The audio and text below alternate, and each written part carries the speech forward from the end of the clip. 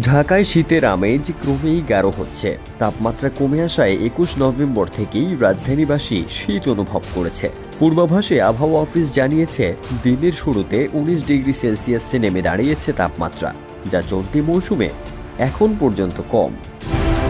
এলএমই certified বিশ্বসেরা কপারে তৈরি Walton cables, যা আপনার স্থাপনাকে রাখবে সব সময় নিরাপদ। আবহাওয়া অধিদপ্তর বলছে, ২১ নভেম্বর পরিষ্কার আকাশের আবহাওয়া থাকবে শুষ্ক। দিনের তাপমাত্রায় কোনো পরিবর্তন হবে না। ২১ নভেম্বর ঢাকায় ১৯.১ ডিগ্রি সেলসিয়াস তাপমাত্রা রেকর্ড করা হয়েছে। এ সময় বাতাসে ছিল ৮৭% আর্দ্রতা। ২০ নভেম্বর ঢাকায় সর্বোচ্চ তাপমাত্রা ছিল ৩০.৯ ডিগ্রি সেলসিয়াস। ২১ নভেম্বর সূর্যাস্ত হবে সন্ধ্যা ৫টা ১১ মিনিটে, আর আগামীকাল সূর্যোদয় ভোর ৬টা ১৮ মিনিটে।